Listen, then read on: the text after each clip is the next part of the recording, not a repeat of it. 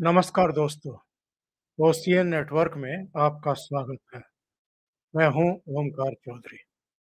तिहाड़ी number 6 Satyendra Jain भी अब jail से बाहर आ गए हैं और आते ही उन्होंने एक धमाका कर दिया है, एक ऐलान कर दिया है।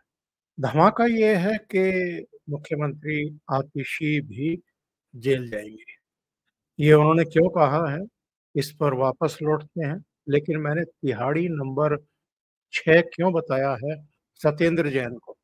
तो सर्वोच्च शिखर पर तो अरविंद केजरीवाल, जो दिल्ली के मुख्यमंत्री रहे, लंबे समय तक मुख्यमंत्री रहे, तो वो तिहाड़ होकर के आए हैं। करीब साढ़े 5 महीने तिहाड़ जेल की उन्होंने रोटियां खाई हैं।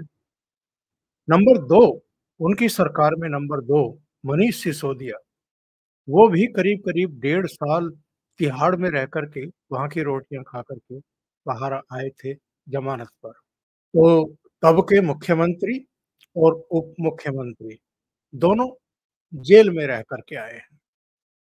नंबर 3, संजय सिंह, जो राज्यसभा के सदस्य हैं, अरविंद केजरीवाल के बड़े विश्वास पात्र भी हैं। वो भी करीब 6 महीने जेल में रह कर के बाहर आए। चौथे हैं विजय नायर, जो अरविंद केजरीवाल के रखे हुए थे, उनके विश्वास पात्र थे। इसके अलावा अशोक आपके जो कैलाश गहलोत हैं, उनको आवंटित किए गए बंगले में रह रहे थे। यानी किसी कैबिनेट मंत्री को कोई बंगला अलॉट किया जाता है रहने के लिए, तो उसमें एक विजय नायर को रखा गया अरविंद केजरीवाल के द्वारा।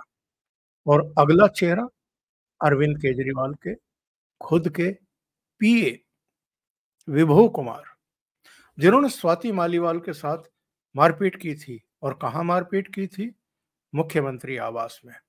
मुख्यमंत्री आवास के भी कोई बाहरी हिस्से में या गेट पर या वेटिंग रूम में नहीं, अंदर ड्राइंग रूम में मारपीट। तो अरविंद केजरीवाल, मनीष सिसोदिया, संजय सिंह, विजय नायर, इसके अलावा विभव कुमार, इन सबको ऑलरेडी जमानत मिल चुकी, ये सब बाहर हैं।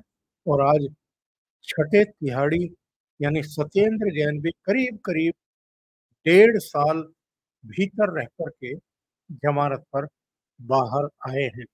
अभी एक सातवें भी बचे हैं, अमानतुल्लाह खान नाम है, ओखला से एमएलए हैं। इन पर आरोपों की वैसे बहुत लंबी फहरिस्त है। इन्होंने दिल्ली के तत्कालीन चीफ सेक्रेटरी के साथ अरविंद केजरीवाल की मौजूदगी में मुख्यमंत्री आवास पर मारपीट और धक्का मुक्की भी की थी। इसके अलावा जिस मामले में वो गिरफ्तार हैं और अंदर हैं, वो मनी लॉन्ड्रिंग का मामला है और वक्फ बोर्ड से रिलेटेड गंभीर अनियमितताएं, गड़बड़ियां, और जो वक्फ की संपत्ति है उससे दूसरी संपत्तियां बनाने का गंभीर मामला है।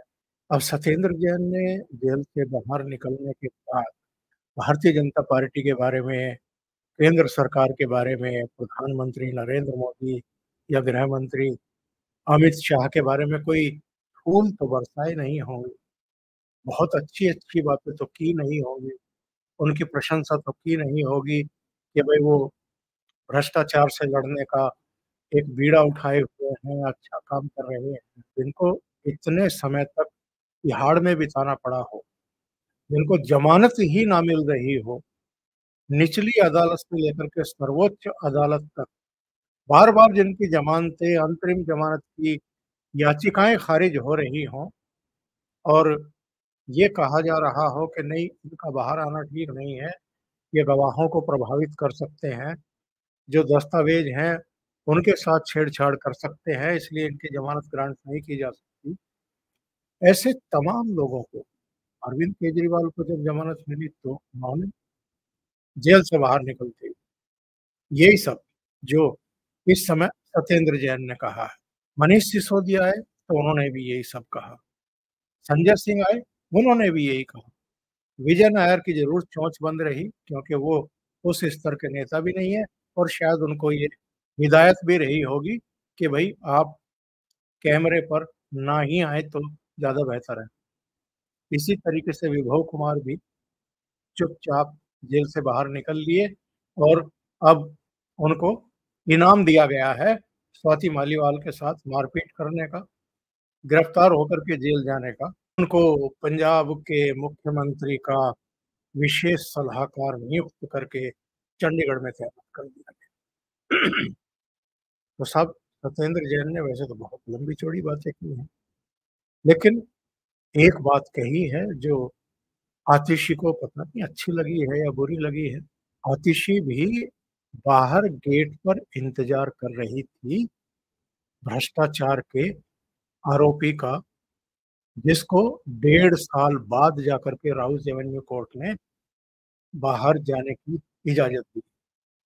आप अंदाज़ा लगा सकते हैं किसी राज्य का मुख्यमंत्री किसी जेल से 1.5 साल बाद रिहा होने वाले किसी अपराधी को, आरोपी को रिसीव करने के लिए खड़ा हुआ हो, गेट पर खड़ा हुआ हो।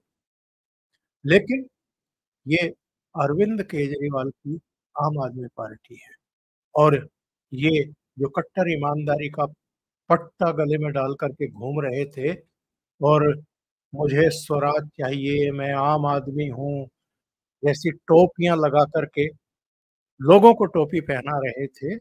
अब इनका स्तर देखिए कि अरविंद केजरीवाल के कहने पर मुख्यमंत्री आतिशी 1.5 साल बाद रिहा होने वाले पूर्व स्वास्थ्य मंत्री सत्येंद्र जैन की अगवानी करने के लिए, उनको रिसीव करने के लिए तिहाड़ जेल के दरवाजे पर खड़ी हुई थी मनीष सिसोदिया और संजय सिंह के साथ और पार्टी के दूसरे नेताओं के साथ। झप्पियाँ डाली गई, बड़ा स्वागत किया गया और सत्येंद्र जैन ने कहा, हम लोग चूँकि यमुना को क्लीन और स्वीप बनवा रहे थे, पूरी दिल्ली को लंदन और पेरिस में तब्दील कर रहे थे, इसलिए मुझे जेल में डाला और यही सारे काम अरविंद केजरीवाल जी के नेतृत्व में सारी दिल्ली सरकार कर रही थी, इसलिए अरविंद जी को भी जेल में डाला गया। मनीष सिसोदिया जो दिल्ली की शिक्षा के क्रांति जनक थे, उनको भी जेल में डाल दिया गया जी। और ये विभव कुमार और ये आपके विजय नायर, ये सब भी लपेटे में आ गए और संजय सिंह, जो संसद के भीतर भी और संसद के बाहर भी मोदी सरकार को गरियाते थे, उनको भी उठा करके जेल में डाल दिया। तो ये सारे बयान देते-देते उन्होंने कहा कि अब आतिशी जी को भी जेल में डाला जाएगा क्योंकि अब वो भी दिल्ली की सेवा कर रही हैं और दिल्ली को लंदन और पेरिस बनाने की कोशिश कर रही हैं। तो इनकी जो ये दिल्ली को पेरिस और लंदन बनाने की सुखद, दुखद यात्रा है, ये वैसे तो 2013 से चल रही है और अभी हाल-फिलहाल दिल्ली को कितना पेरिस और लंदन बनाया है इन्होंने, उसके गड्ढे युक्त बारिश का पानी भरी हुई सड़कें, जगह-जगह तिलक ब्रिज से लेकर के मिंटो ब्रिज और तमाम दूसरी जगहों पर बसें रुकी हुई खड़ी हैं, बारिश के पानी में, गाड़ियाँ फँसी हुई हैं, कारें फँसी हुई हैं, लोग पता नहीं कैसे-कैसे निकल कर के बाहर आ रहे हैं, वो सारे दृश्य आपने देखे होंगे। और अरविंद केजरीवाल करीब साढ़े 5 महीने जेल में रहे।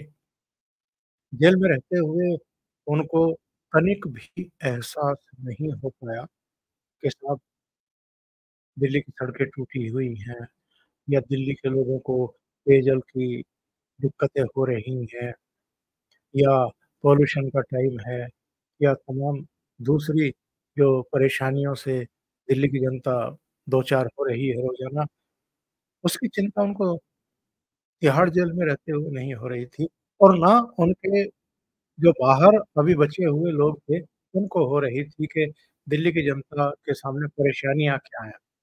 उनको उस समय चिंता थी अरविंद केजरीवाल के।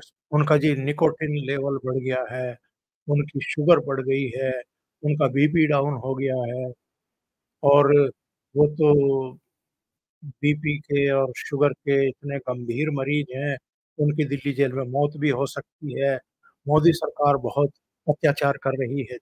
और ये सब नाटक नौटंकी तब की जा रही थी जब कोर्ट के हस्तक्षेप पर एम्स के डॉक्टरों का एक मेडिकल बोर्ड गठित कर दिया गया था कि वो दिल्ली के महान मुख्यमंत्री जो गिरफ्तारी के बावजूद इस्तीफा देने को तैयार नहीं है, उनके स्वास्थ्य की निगरानी रखेंगे कि जेल में वो मृत्यु को प्राप्त ना हो जाएँ, जैसा कि उनके कई साथी सौरभ भारद्वाज, तब आतिशी मार्लेना मुख्यमंत्री नहीं थी, पर वो भी रोज़-रोज़ प्रेस कॉन्फ्रेंस करती थी और कई बार तो कैमरों पर फूट-फूट करके रो पड़ती थी। एक बार तो जब मनीष सिसोदिया को ज़मानत मिली तो इतनी ज़्यादा वो सेंटिमेंटल हो गई कि कैमरों पर रो पड़ी और फिर पानी का गिलास उठा कर के उनको पानी पीना पड़ा, तब उनका गला ज़रा ठीक हुआ। तो ये लोग एक-दूसरे के प्रति कितने समर्पित हैं, एक-दूसरे की कामों की कितनी प्रशस्ति करते हैं। ऐसा समर्पण, ऐसा एक-दूसरे के प्रति विश्वास और संवेदनाएँ अ, अन्यत्र देखने को मिलती नहीं है किसी भी सरकार में और किसी भी पार्टी में, जैसा ये आम आदमी पार्टी में है। और मुद्दे को डाइवर्ट कर देना, जो एक्चुअल में आरोप जिनके चलते इनको जेल यात्राएँ करनी पड़ी हैं, लंबी-लंबी जेल यात्राएँ करनी पड़ी है, जो एक्चुअल कारण है, वो छुपाने के लिए सत्येंद्र जैन को इसलिए जेल में डाला गया क्योंकि उन्होंने विश्व स्तरीय मोहल्ला क्लिनिक बनवाए। मनीष सिसोदिया को इसलिए जेल में डाला गया क्योंकि वो दिल्ली की शिक्षा की क्रांति के जनक थे और संजय सिंह को तो मैं बता ही चुका हूँ कि संसद के भीतर भी और संसद के बाहर भी इतना क्रांतिकारी काम उन्होंने कर दिया अल्प समय में मोदी सरकार के खिलाफ कि वो दिल्ली की और देश की और संसदीय इतिहास जब लिखा जाएगा तो स्वर्ण अक्षरों में उसको जगह मिलेगी। इतना नेक और पवित्र काम इन्होंने किए हैं। वहाँ संसद में मेज़ पर चढ़ कर के जिस तरीके से मार्शल के साथ संसद के सुरक्षा कर्मियों और कर्मचारियों के साथ धक्का-मुक्की करके और धक्का-मुक्की भी ऐसी-वैसी नहीं, पूरा फ़ोर्स के साथ उसकी छाती पर प्रहार करके उसको पीछे धकेलने का कारनामा संजय सिंह ने किया था। बहरहाल इनके असली कारनामे क्या थे, वो तो हम और आप और पूरी दिल्ली की जनता अब जान ही चुकी है। ऐसा शराब घोटाला किया, नई आबकारी नीति लेकर के आए और उसमें सैकड़ों करोड़ रुपया साउथ की कंपनी से रिश्वत के रूप में इन्होंने पकड़ा और जिसमें केसीआर की बेटी और वहाँ की एमएलसी तेलंगाना की के कविता भी गिरफ्त में आई। वो भी कई महीने तिहाड़ जेल में रही और अभी कुछ ही समय पहले उनको भी ज़मानत मिली है।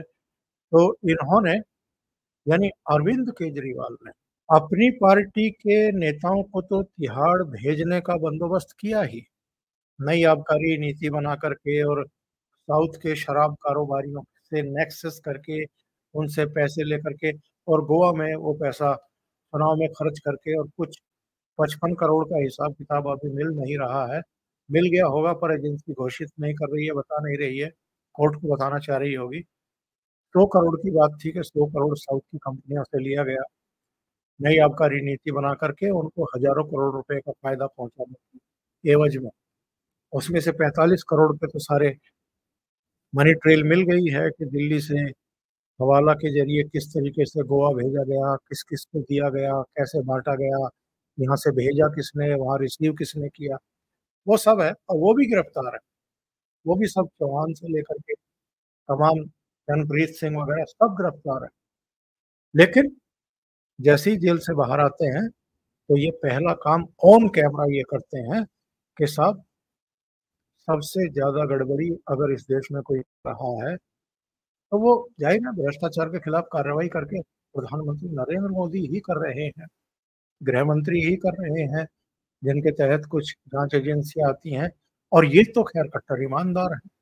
तो इनको तो बेवजह एक तरीके से बदनाम किया गया है और इसलिए बदनाम किया गया है क्योंकि ये इतना बेहतरीन काम कर रहे थे, इतना बेहतरीन काम कर रहे थे कि कुछ ही समय में पूरे देश की जनता नरेंद्र मोदी को, अमित शाह को, राजनाथ सिंह को, सबको रिप्लेस करके अरविंद केजरीवाल को देश का प्रधानमंत्री बनाने वाली थी। लेकिन उससे पहले ही इन लोगों ने साजिश करके इन सबको तिहाड़ भेज दिया और अदालत ने भी इनको तिहाड़ जेल भेजते हुए खुद प्रधानमंत्री नरेंद्र मोदी या फिर अमित शाह ही बैठे होंगे। जजेस तो किसी को अदालत भेजते नहीं हैं। कोर्ट कचहरियां तो देखती नहीं है कि जांच एजेंसियों ने दस्तावेजों में क्या-क्या लिखा है। भ्रष्टाचार करने वाले और जिनको गिरफ्तार करके कोर्ट में कटघरे में खड़ा किया गया है उन्होंने। बहरहाल अब विधानसभा चुनाव बिल्कुल आ ही गए हैं। 1-2 महीने बाद जैसे ही ये झारखंड और महाराष्ट्र के चुनाव निपटेंगे, उसके बाद दिल्ली के चुनाव की भी ऐलान हो जाएगी। मैं तो एक्चुअल में कभी-कभी सोचता हूँ कि वो दृश्य कितना अ, अप्रितम होगा, कितना बेहतरीन होगा, जब सारे तिहाड़ी किसी एक मंच पर खड़े होकर के वोट माँग रहे होंगे आम आदमी पार्टी के। अभी के लिए इतना ही। बहुत-बहुत धन्यवाद। अगर आपको ये चैनल और इसके कंटेंट पसंद आ रहे हैं, तो लाइक करें, कमेंट करें, वीडियो को शेयर भी करें। अभी तक अगर आपने ये चैनल सब्सक्राइब नहीं किया है, तो सब्सक्राइब कर लें और साथ में लगे बेल आइकॉन को दबाना ना भूलें, ताकि आगे आने वाले वीडियो और उनके नोटिफ़िकेशन आप तक पहुँचते रहें। बहुत-बहुत धन्यवाद।